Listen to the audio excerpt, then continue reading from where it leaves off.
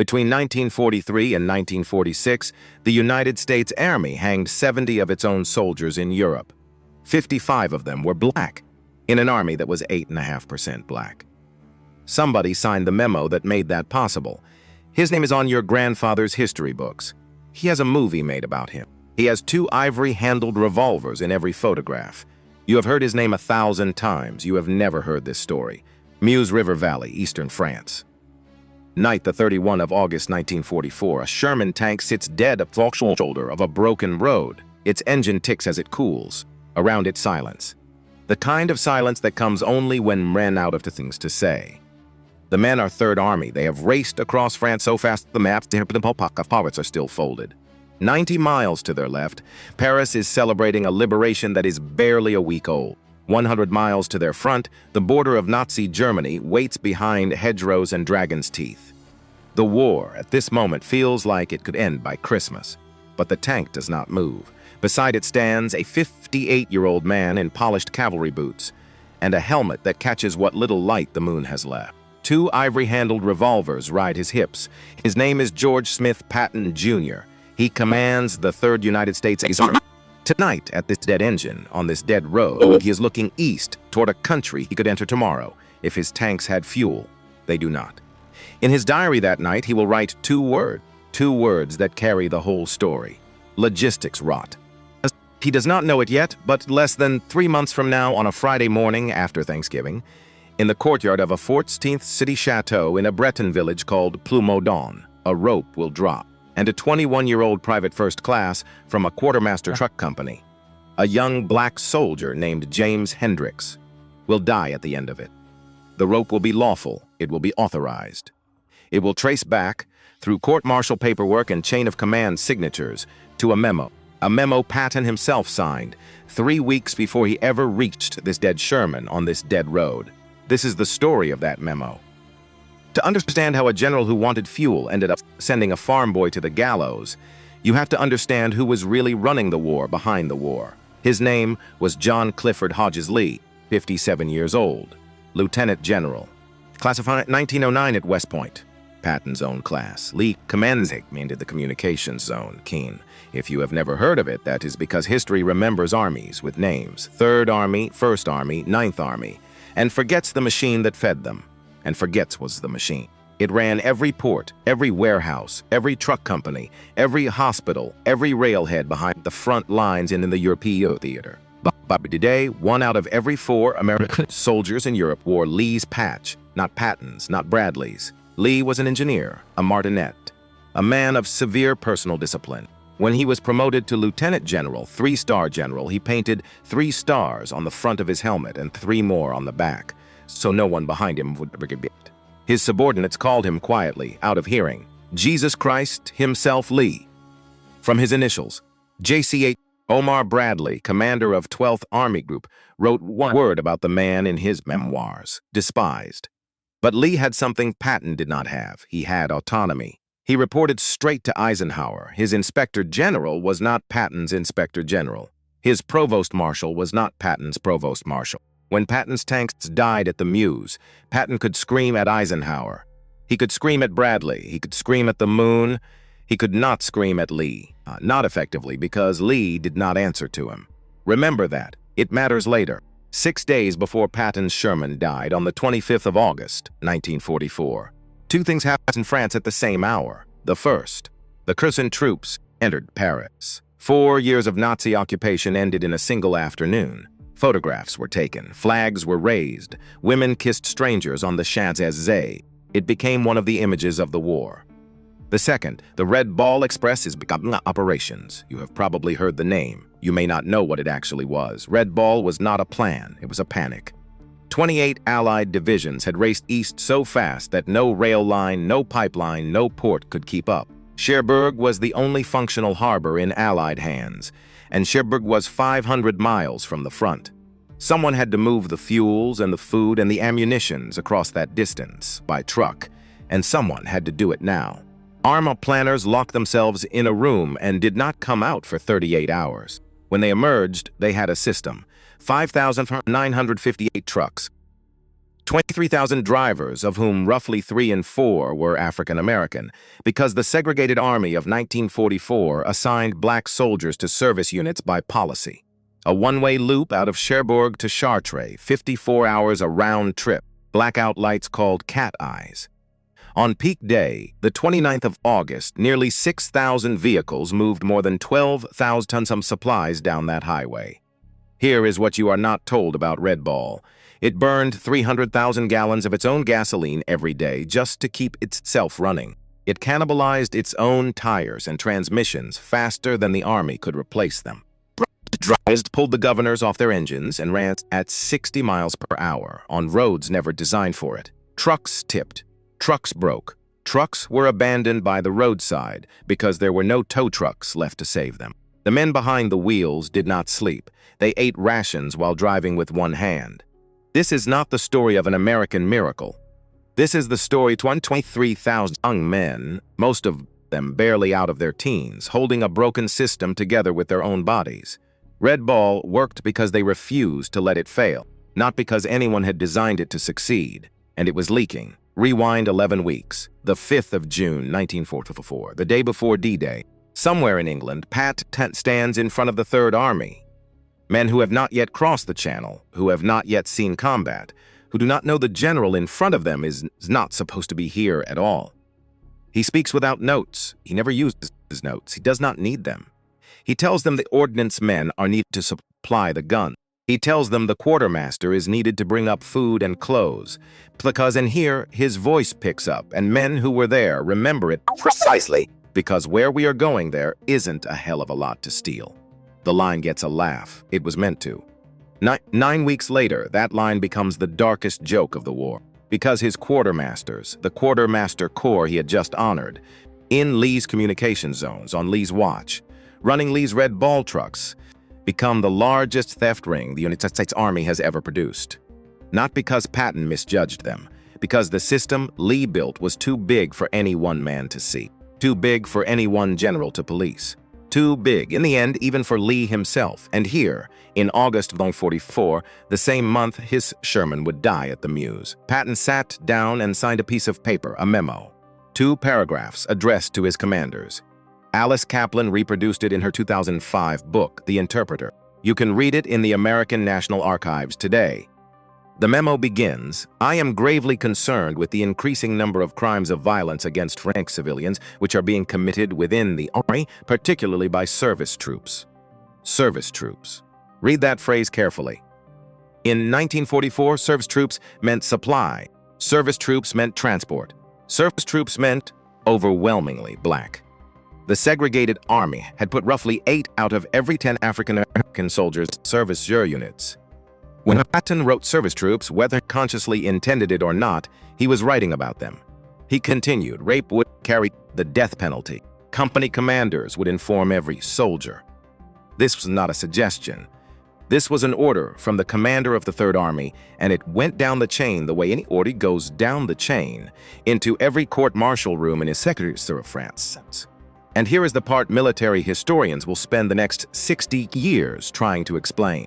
What Patton did in that memo has a name. It is called command influence. A general, before any trial has begun, has told his subordinate courts what verdicts he expects. He has told them what punishments he wants. In 1944, under the Articles of War, this was legal. In 1950, under the new Uniform Code of Military Justice, it would be declared explicitly illegal. Explicitly. The example the drafters used, when they later explained why the law needed changing, sounded very much like Patton's August 1944 memo. Patton did not sign that memo to cause injustice. He signed it because French civilians were being raped and killed by American soldiers. That was true. That was documented. He wanted it stopped. But this is the part that matters. The memo did stop something. It did not stop the crimes. It stopped the presumption of a fair trial for a certain kind of defendant, a young black private in a quartermaster company, accused of violence against a French civilian, tried by an all-white court-martial that had just been told, in writing, by the commanding general of the theater, what the sentence was supposed to be. Between 1943 and 1946, the United States Army would execute 70 of its own soldiers in Europe. The overwhelming majority were black. Almost every one of them was hanged for the crimes named in that memo. The full number is coming. But hold that word, overwhelming, in your mind for now. It is the shape of what the memo did. 2 clocks are now running.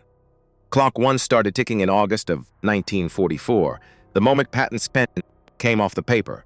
It will run just under 4 months.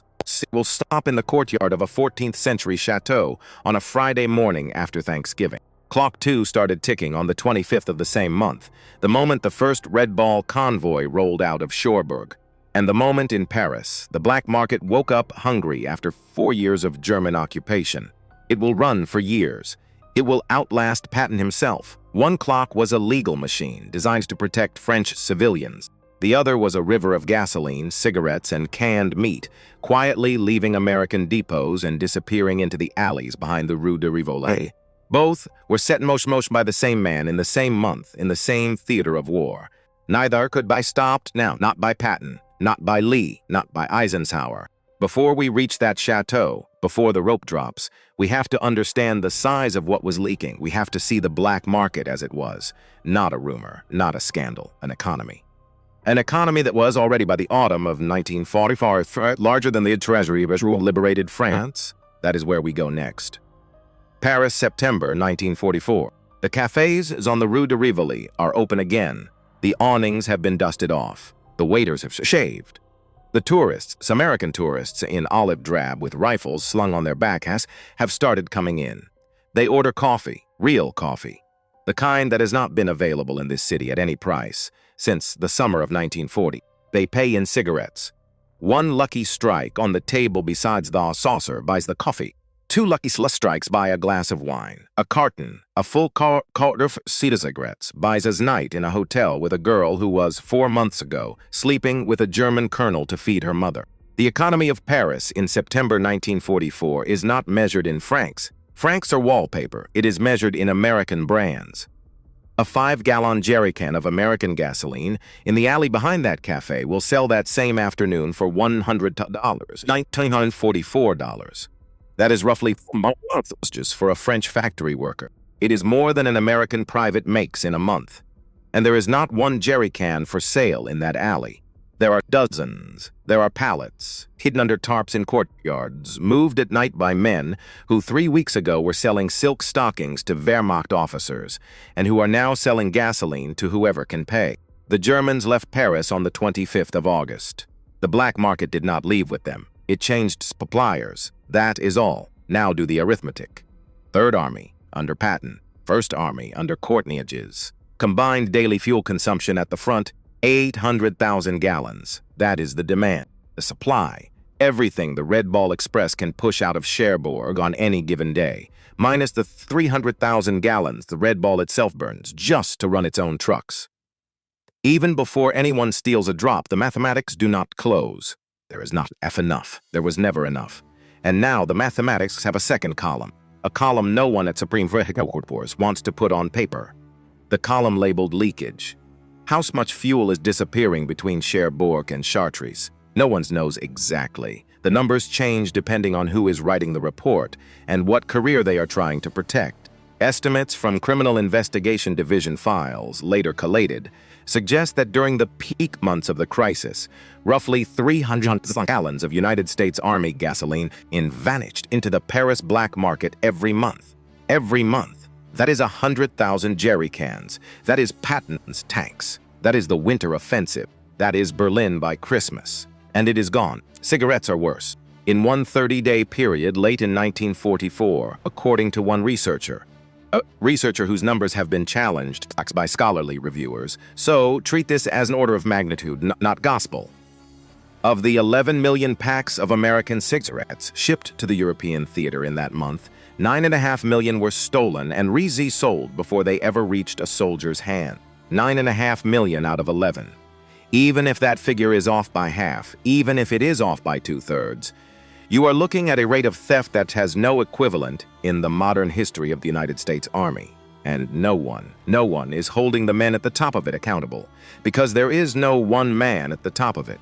That is the terrible truth. It is not a conspiracy. It is not a mafia. It is a leak in every joint of a pipe that runs from Cherbourg to the front, Every joint, every seal, every valve, a supply sergeant in a warehouse who signs off on a truck that never actually leaves the yard, a convoy commander who reports an ambush that never happened, to explain missing pallets, a dock worker in Le Havre who forgets one crate in 50.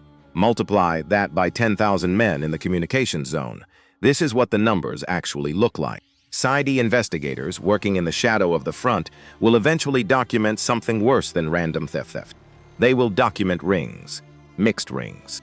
American quartermaster sergeants working with Corsican gangsters out of Marseille. The same Corsicans who ran cigarettes and prostitutes for the Germans a year before, and are perfectly happy to run them for the Americans now. Some of the buyers on the French end are former collaborators, men who kept lists of resistance members for the Gestapo and are now scrubbed their pasts by getting rich on American lucky strikes. The men who fought the Nazis are trading with the men who worked for them. That is the moral geometry of Paris in September of 1944. And the pipeline that supplies them both is the same pipeline that is supposed to feed the boys freezing at the front. Now come back to the road. Come back to the red ball, because this is not the story of Detroit boardrooms or European crime syndicates. This is the story of the 20-year-old kid behind the wheel. He has a name and a face. His name on this particular afternoon of the 5th of September 1944 is Corporal Charles H. Johnson. He belongs to the 783rd Military Police Battalion. There is a photograph of him in the National Archives. You can find it online, waving a red ball convoy through a crossroads near Alençon in Normandy. He is young. He is black. He is directing traffic in a war he was not by law à la Tafade combat unit. Corporal Johnson is not a thief. But Corporal Johnson has not eaten a hot meal in 3 days because the ration convoy that was supposed to reach his MP unit was diverted somewhere south of Chartres. Diverted to what? He does not know. He suspects. Every MP by now suspects. A Red Ball veteran interviewed decades later by the Army Quartermaster Museum described the moment plainly. His convoy passed an MP checkpoint. The MPs looked hungry. They looked like men who had been on their feet for 4 days. The driver kicked a case of C rations off the back of the truck as he rolled past. Not stolen, given to an American soldier who was starving because someone further up the pipe stole his. Is that a crime? Under Army regulations, technically yes. Under any recognizable morality, of course not. But this is where the story of the Red Ball becomes impossible to tell cleanly. Because the same drivers who kicked rations off the back to feed hungry MPs also, some of them, pulled off the highway at night and sold a jerrycan or two to a Frenchman who paid in cash. And a few of them, a small few, pulled off the highway and did not come back at all, because they had joined the 20,000 American soldiers who were AWOL in France that autumn. ACOL soldiers needed money. The black market paid. None of these men are monsters. Some are heroes, some are criminals. Most are 20 years old, 500 miles from anyone who loves them in a system that has failed them from above. This is what General Lee's empire actually looked like at street level. Now look at it from the top. John Clifford Hodges Lee, at his headquarters, ran a shadow bureaucracy that mirrored Eisenhower's SHAF. 2 adjutant generals, 2 inspector generals, 2 provost marshals. Eisenhower's memoir would use one word for the result. Confusion. Confusion between the 2 organizations. Jurisdictional overlap. Careers protected by paperwork nobody had time to read. Lee was not stealing. Let that be clear. There is no evidence, none that John C. Lee ever pocketed $1 of Army property. He went to church twice on Sundays. He recited scripture at dinner. He was, by every account, his personal character, an honest man. But he had built an empire too large for one honest man to police. And the Army had given him no one above him, except Eisenhower, 400 miles away, planning the invasion of Germany, with the authority or the time to police him. That is, the structural corruption. Not a person. A vacuum. And Patton, at the Mews, on the 31st of August, with his Sherman dying beneath his boots, understood it perfectly. His diary that autumn is full of it. Rage at the rot, rage at the loss, rage at the men in Paris eating steak while his tankers ran dry. But rage was all he had. He could not touch Lee. He had no authority to open the books of the communications zone. When he asked, he was politely told, sometimes not so politely, to mind his own theater. Lee reported Ike. Only Ike could investigate Lee, and Ike at that moment had a war to run. So the fuel kept leaking, and Patton's tanks kept dying. And Patton signed his memo, the memo about crimes against French civilians, because that was one thing, one single thing, that he could still control. He could hang the rapists. He could not hang the thieves. Remember that sentence. It is the entire moral shape of what happens next. Because Clock 1 is now running fast. The village of Le Percoul, up the hill from Ploumodon in Brittany, is liberated in the last days of August 1944. The Germans left in a hurry. The Americans arrive. Among them, the men of the 326th Quartermaster Truck Company. All black, all service troops. Their job is transport, the supplies for the campaign to take Brest 60 miles to the west. Among these men is a 21-year-old private first class from the American South, James E. Hendricks. Round cheeks, gentle eyes. According to his commanding officer, Lieutenant Donald Tucker, a well-behaved young soldier with no disciplinary history. Some nights after the liberation, Hendricks is drunk, very drunk. He has been drinking with local French wine, which is stronger than he is used to, and he is far from anyone he knows. He wanders. He knocks on a farmhouse door in the middle of the night. He is looking for something. The historical record is not entirely clear what a woman or shelter or simply company. He shouts in broken French. Ouvrez, mademoiselle. Open, miss. The door does not open. He fires his rifle through it. On the other side of that door, Victor Bignon, a French civilian, is killed instantly. His wife, Noémie Bignon, will see her husband die on the floor of her own kitchen.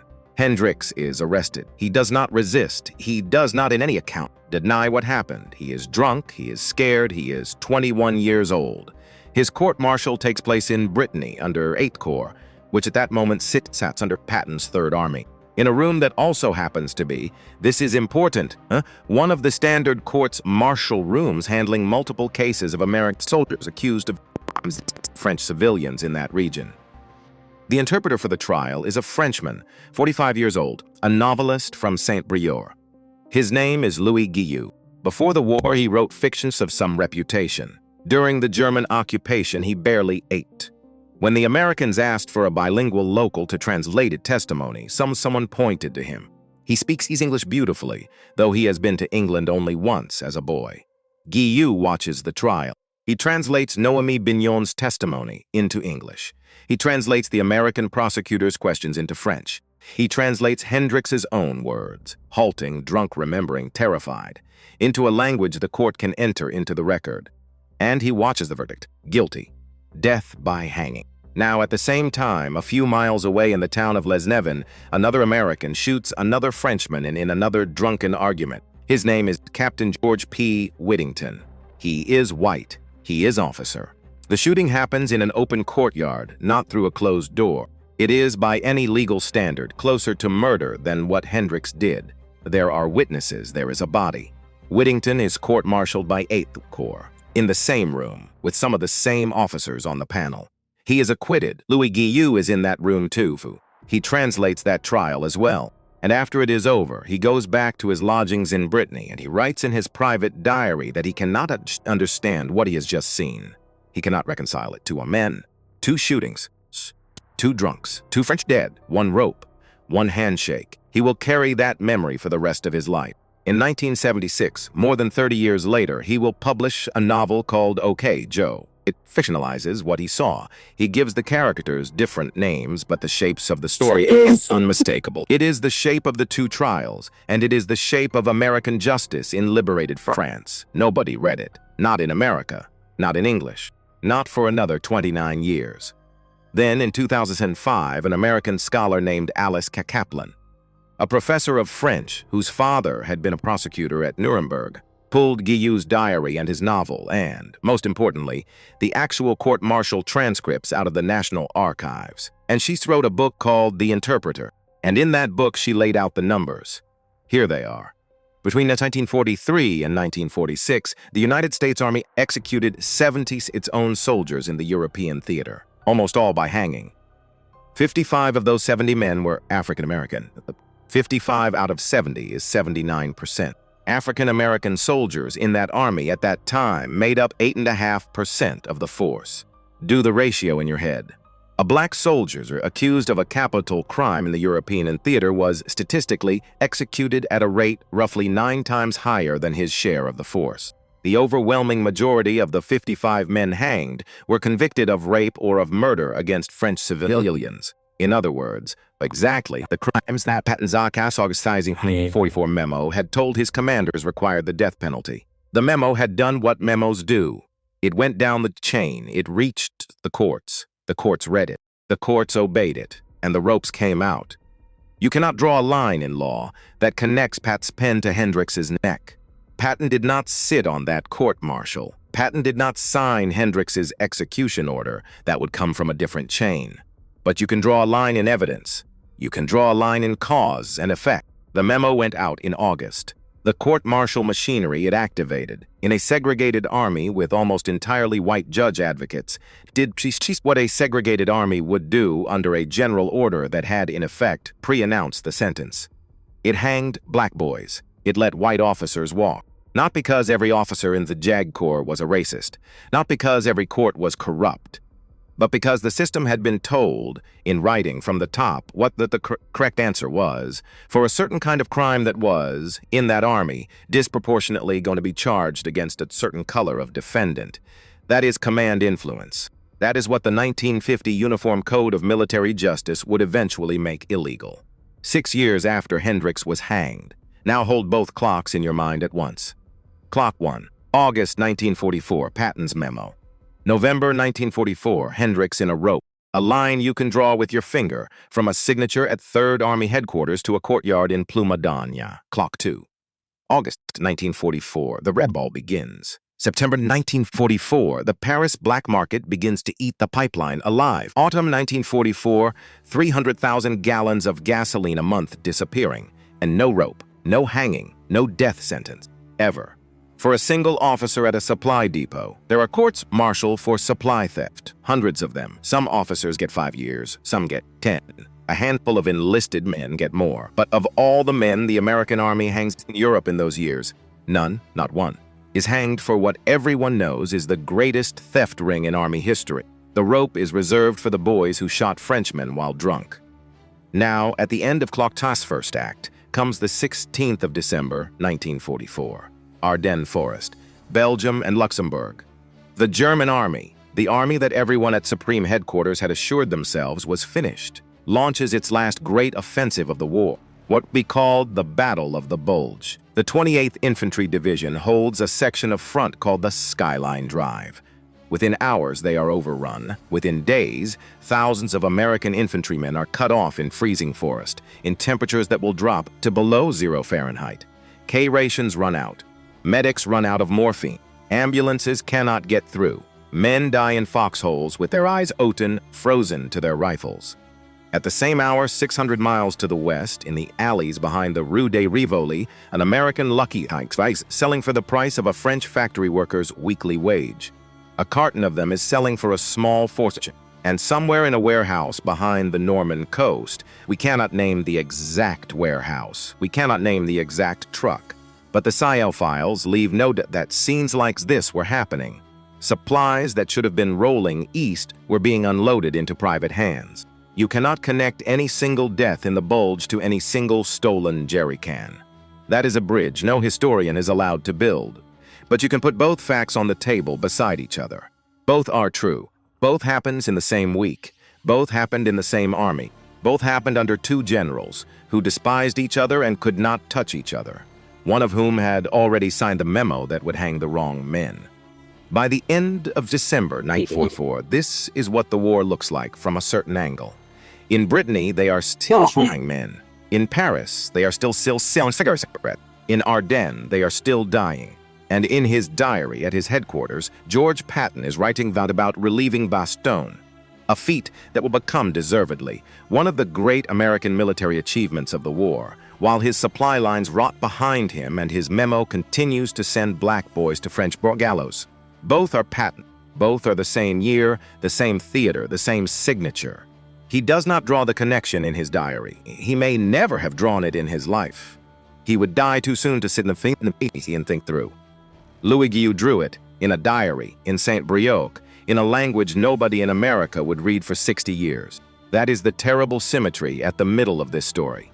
The general who had the most power to see what was happening did not want to see it. The interpreter, who had no power at all, could not stop seeing it. And in between them, in the courtyard of the Chateau La Vallée at Ploubodin, on a rainy Friday morning after Thanksgiving 1944, a young black private from a quarter truck company was climbing steps toward a rope.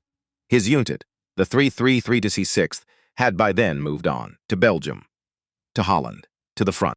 Alice Kaplan's research would later show that the 3,326th Quartermaster Truck Company had, and this is the exact language of the historical record, played a key role in transporting the supplies crucial for winning the Brest campaign. Hendrix's own company had helped win a piece of the war. He was not there to see it. He was hanging in a stone courtyard in Brittany while his brothers in arms rolled trucks toward the German border. By the end of 1944, then, the war behind the war has two faces.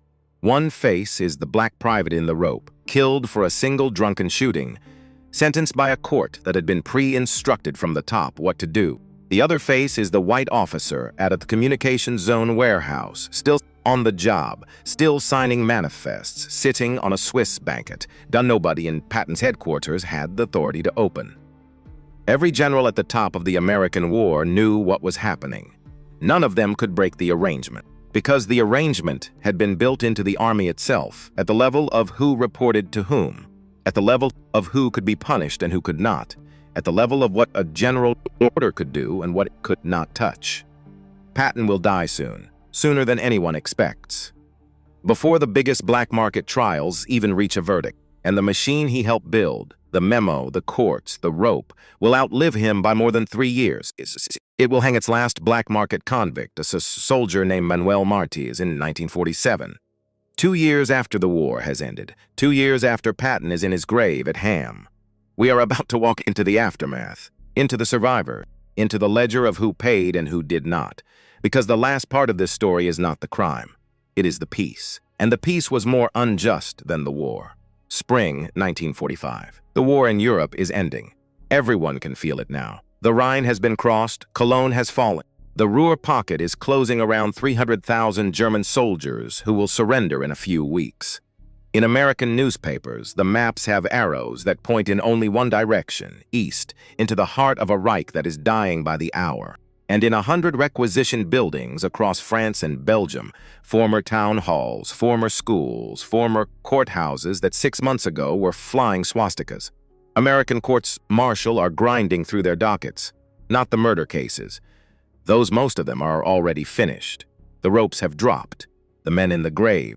These are the theft cases. Hundreds of them, officers and enlisted men, sergeants and privates, quartermasters and dock workers and truck drivers and clerks, all charged with variations of the same thing.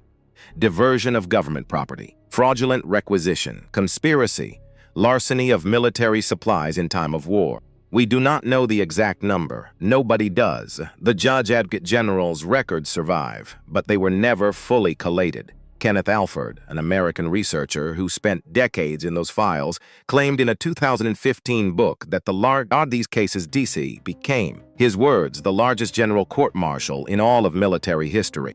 A tobacco theft ring run out of Paris involving dozens of American servicemen. His numbers have been challenged.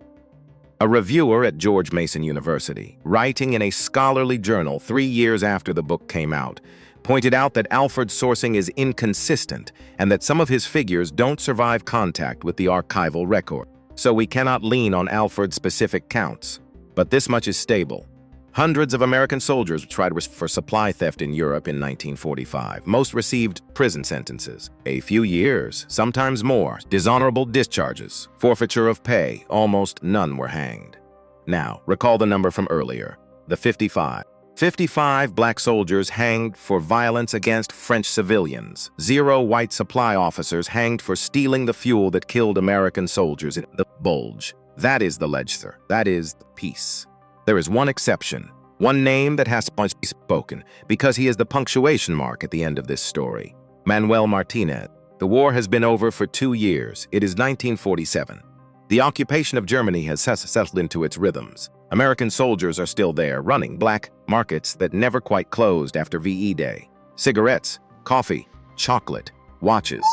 In Berlin, in Frankfurt, in Munich, the currency is not Reichsmarks anymore. It is not Deutsche Marks yet. It is lucky strikes.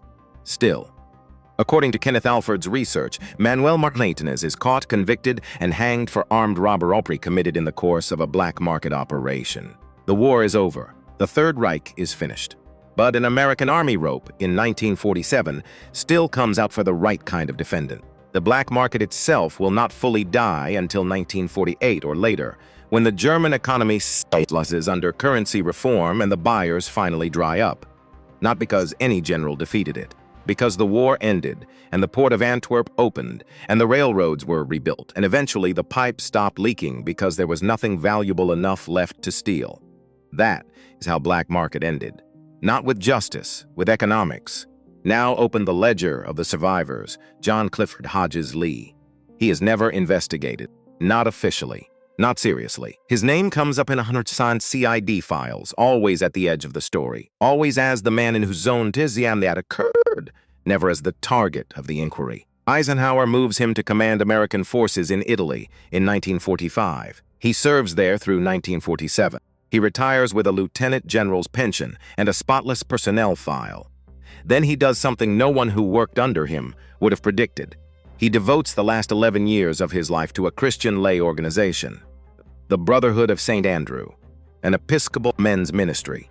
He leads it. He writes for it. He travels the country speaking at parish meetings. He preaches, in effect, a gospel of Christian discipline. The same discipline he demanded from his subordinates in the communications zone. Past dies in 1958. He is 71.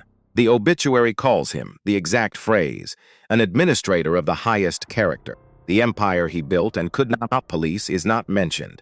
George Smith Patton, Jr., he does not live to see the aftermath at all. On the 9th of December 1945, in a staff car near Mannheim, in occupied Germany, Patton is riding to a pheasant hunted. His driver looks up.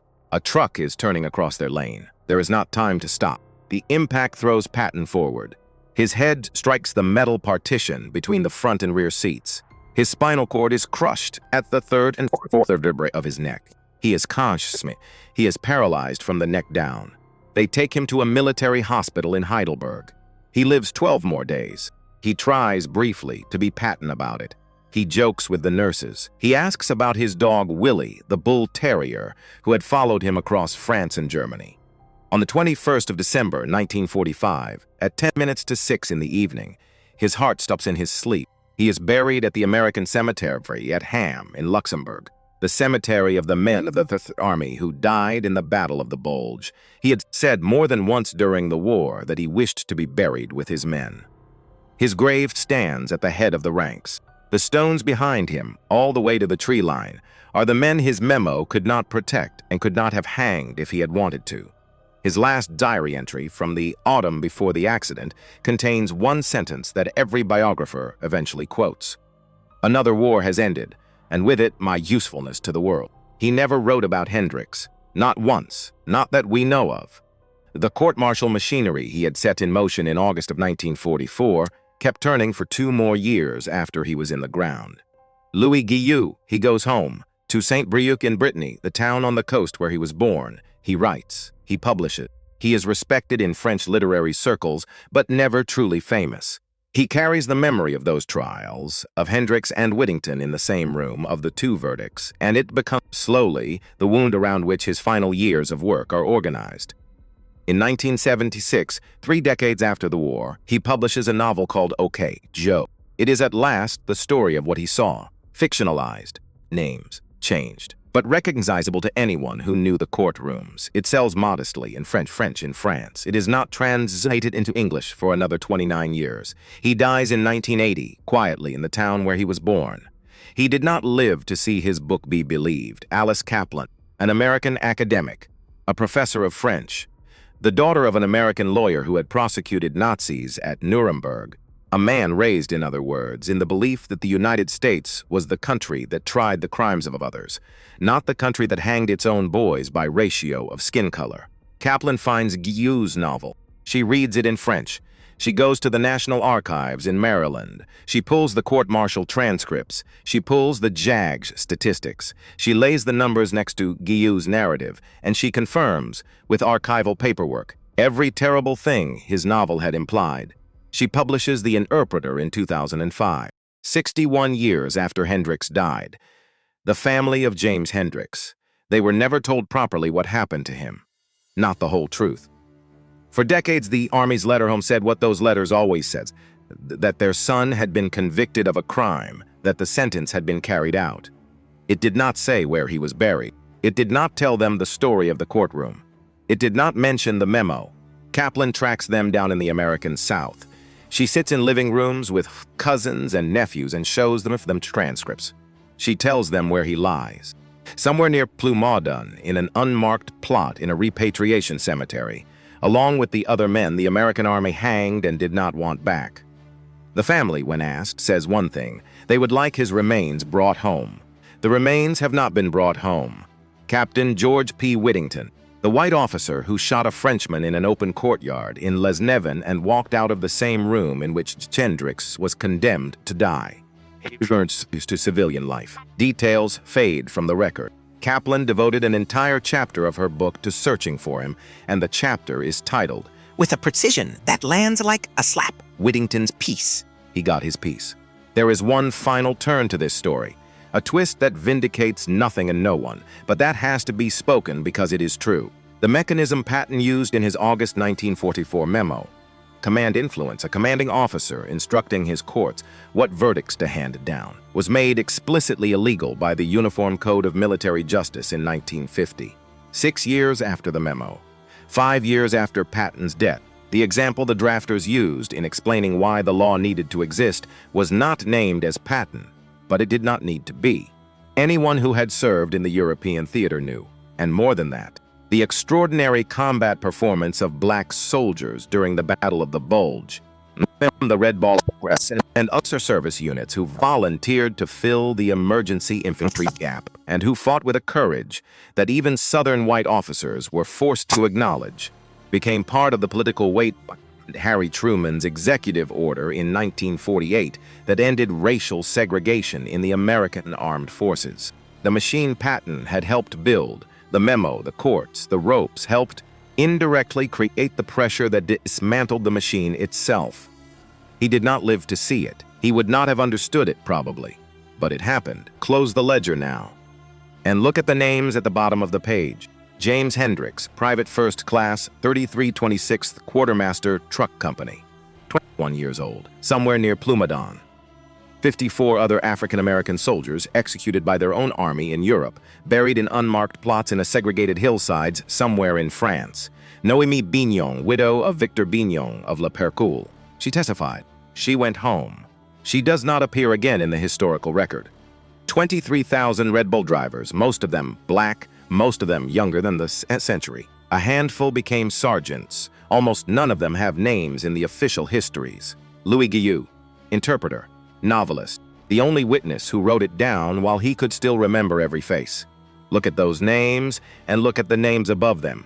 The generals, the businessmen, the bureaucrats, Patton dead in Luxembourg at 60. Lee in an Episcopal cemetery, honored at Etienne. Whittington in his peace.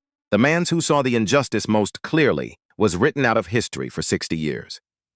The man who wrote the memo that hanged the wrong men is buried with full military honors at the head of the Bulge, dead.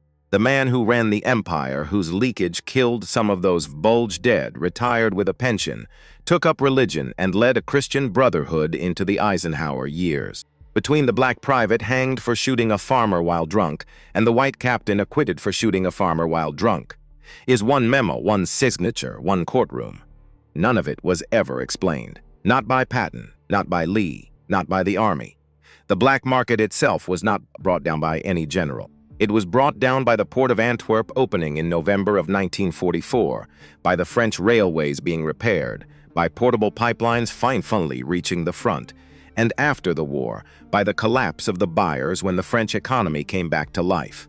It faded because it ran out of customers, not because justice caught it. Justice was busy elsewhere. Justice was hanging the men who were easiest to hang. That is the story. Patton wanted the death penalty for the men who stole from soldiers. The courts he built hanged a 21-year-old black private for shooting a farmer through a door while drunk, and let a white captain walk out for shooting a farmer in a courtyard while drunk. and left the men who bled the supply pipeline lane dry to go home, mostly with prison sentences short enough to serve out and pensions large enough to retire on. The record is not that no one paid. The record is that the wrong people paid, and that the war produced an administration who took 60 years to be documented in a language Americans would read. Somewhere near Plumadon, in the Breton earth, the bones of James Hendricks are still waiting.